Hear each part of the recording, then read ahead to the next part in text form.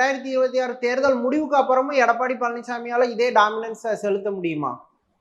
தேர்தல் முடிவுக்கு ஓபிஎஸ்சியோ டிடிவியோ சசிகலாவை சேர்த்து அவர் தோத்துட்டாருன்னா தூக்கி போட்டுருவாங்க. முக்குளத்தூர் பவர்ஃபுல்லா எல்லா முக்குளத்தூர் மாவட்ட செயலாளர்களும் சசிகலா பொதுச்செயலாளராக்குங்கன்னு இவரை தூக்கி போட்டுருவாங்க. ஸோ அதனாலதான் இவங்க வந்தா ஜெயிக்குங்கிறத விட இவங்க வந்தா தோத்துட்டுன்னா முதலுக்கே மோசம் ஆயிரும்னு 3 வரையும் விட மாட்டார்.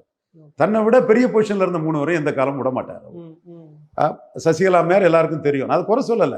ஒயிலினியர் ரோம் பி. ரோமன், திருநாக்கர் சொன்னனையும் PH பாண்டியனையும் தவிர ஒயிலினியர் ரோம் பி. ரோமன் தாங்க, வேற சொல்றதுக்கு இல்லை. டிடிவி கமாண்ட் பண்ணவர், ஒரு துணை பொதுச் செயலாளரா சிஎம்ஏ தன்னோட அலுவலகத்துக்கு வர சொல்லி கமாண்ட் பண்ணவர். கட்சி அலுவலகத்துக்குள்ள டிடிவி இருந்துகிட்டு சிஎம் வர சொல்லி கமாண்ட் பண்ணவர். ஓபிஎஸ் ரெட்டை தலைமையா இருந்தவர். ஸோ இவங்க எல்லாருமே ஈக்குவலாட்டு மேலவும் இருந்தவங்க. ஸோ இந்த 3 வரையும் அவர் விட மாட்டாரு.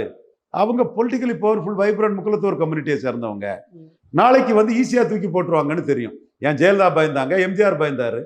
எம்ஜிஆர் எஸ்டிஎஸ்க்கு பின்னாடி ஒரு பெரிய கூட்டம் ஃபைனலா தோத்து போயிட்டாரு. நான் மறுக்க வரல. நான் சேந்தங்காடு துரைமாணிக்கம் சோமசுந்தரம் எஸ்டிஎஸ் ஒரு பெரிய ஹீரோவானவர். அவர் மேல என்னைக்கு எனக்கு மதிப்பு மரியாதை உண்டு. ஆனா அந்த கட்டத்துக்குள்ள எஸ்டிஎஸ் பின்னாடி ஒரு கூட்டம் வந்ததும் இங்க ஸ்ரீரங்கத்துல முருகன் ஒரு நகர செயலாளர் முத்தரையர் கம்யூனிட்டியை சேர்ந்தவர், எஸ்டிஎஸ் ஆதரவாளர். அவர் பின்னாடி ஆயிரக்கணக்கானவர் போய் மக்கள் தலைவர் எம்ஜிஆர் சிலை, பேரறிஞர் அண்ணா பெருந்தகை சிலைக்கு மாலை அணிவிக்கிறாங்க.